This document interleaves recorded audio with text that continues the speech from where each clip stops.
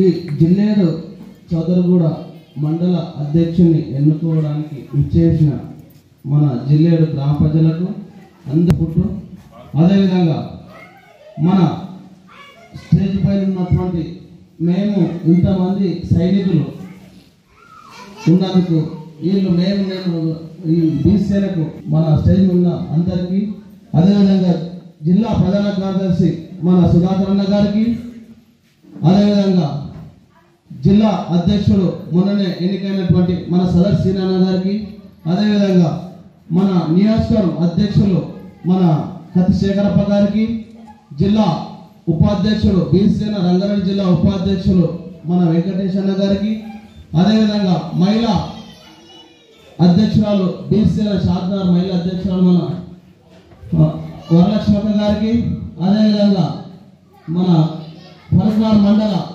మహిళా బీసీల అధ్యక్షురాలు జడ్జక్క గారికి అదేవిధంగా మన టౌన్ షాద్నగర్ టౌన్ ప్రెసిడెంట్ భాగ్యత గారికి అదేవిధంగా ఇంకా మన నందిగామ మండల ఉపాధ్యక్షుడు నరసింహన్న గారికి అదేవిధంగా బాలాజన్న ఎంతో కష్టపడి ఆయన గ్రామ తిరుగుకుంటూ ఈ బీసీలకు మంచి సపోర్ట్ తీసుకొచ్చి మహిళల సపోర్ట్గా ఆయన ఎంతో కష్టపడి బీసీలకు పోరాటం చేస్తున్న ఆయన బాలజన్న గారికి అదేవిధంగా భూషణ్ నరేష్ గారికి మరియు సీను గారికి మరియు మల్కాటి రవి గారికి మల్కపురం రవి గారికి నరసింహుడు గారికి దేవేందర్ గారికి రాజు గారికి అదేవిధంగా షాద్నగర్ శ్రావంతి గారికి సౌజన్య గారికి వసంత గారికి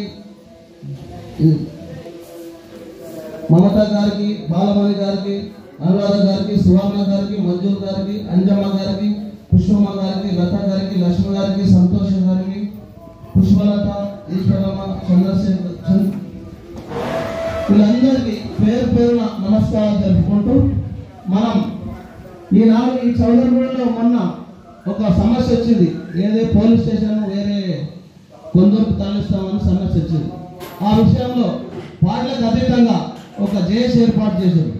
ఆ పార్టీ నాయకులకు ఎక్కువ మొన్న మన జయమ్మ గారికి 3 నెలలు కాలేదు ఆమెకు అధ్యక్ష పదవి ఇచ్చి ఆమె అన్ని గ్రామ కమిటీలు కంప్లీట్ చేసి ఈనాడు ఆ పోలీస్ స్టేషన్ అక్కడ పోకుండా ఇక్కడనే ఉండాలని చెప్పి ఈ చౌదరిగూడెంలో ఉండాలని చెప్పి పెద్ద ఎత్తున పోరాటం చేసింది మన బీసీ తరఫున. ఆమెకు అందరి సఫలతోటి శుభాకాంక్షలు చెప్పండి.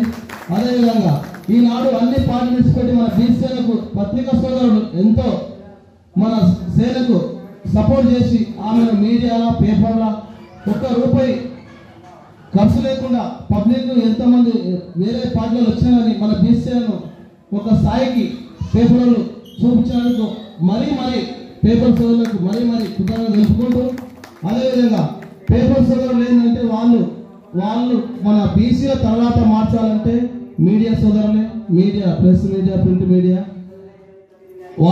వాళ్ళు మంచిగా మనం ఎంత కష్టపడుతుంటే అంత సపోర్ట్ చేసి మన దేశ స్థాయి రాష్ట్ర స్థాయి నుంచి దేశ స్థాయి వరకు తీసుకుపోగలుగుతారు, జిల్లాల స్థాయి వరకు తీసుకుపోగలుగుతారు. అట్లాంటి వాళ్ళను ప్రతి ఒక్కరు మనం వాళ్ళను సహకరించి వాళ్ళకు ఏం ప్రాబ్లం వచ్చినా ఏమొచ్చినా వాళ్ళు మనకుంటారు.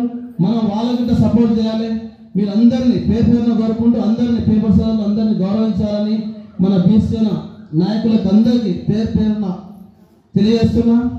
ఈనాడు ఈ బీసీ ఎందుకు పెట్టామంటే ఆర్థికంగా ఒక బిజినెస్ మన బీసీ చేయాలన్నా వాళ్ళను మన దాంట్లో మనకు శిక్ష పెట్టి పెద్ద వేరే వాళ్ళని ఊరికి వాళ్ళని అనొద్దు. కాకపోతే వాళ్ళు పెరిగిపోయేస్తారు, మన బీసీలను విడదీస్తారు. రాజకీయ పరంగానే కానీ బిజినెస్ పరంగానే కానీ ఆర్థిక పరంగానే కానీ ఏ విషయం ఉన్నా మనం ఒక్క పట్టునే లేనందుకు వాళ్ళు విడదీస్తారు.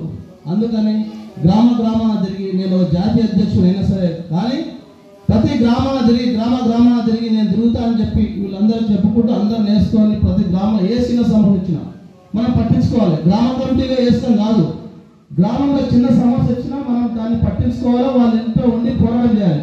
ఇప్పుడు జయమ్మ ఈ మండలంలో పోలీస్ స్టేషన్ వేరే మండల పోతుంది అని చెప్పి ఎంత గట్టిగా పోరాటం చేస్తుంది. ప్రతి ఒక్క బీసీ నాయకుడికి ఏ ప్రాబ్లం ఉన్నా అట్లా గర్జించాలి, అట్లా పోరాటం చేయాలి. చేసినప్పుడే మన బీసీలను గుర్తిస్తారు. ఈ పార్టీ నాయకుడు రావాలంటే ఆ పార్టీ భూమి బట్టి ఆ పార్టీ ఈ పార్టీ భూమి బట్టి మన బీసీ నాయకులు ఒక్క తాటిపై కాదు. బీసీ కులం అంటే 60% మనం, ప్రతి విలేజ్లో 60% మనం. 60% ఉన్నాం, మనం ఏమైనా చేయొచ్చు. ఈ పార్టీల తరఫున మనం ఏం చేయలేము.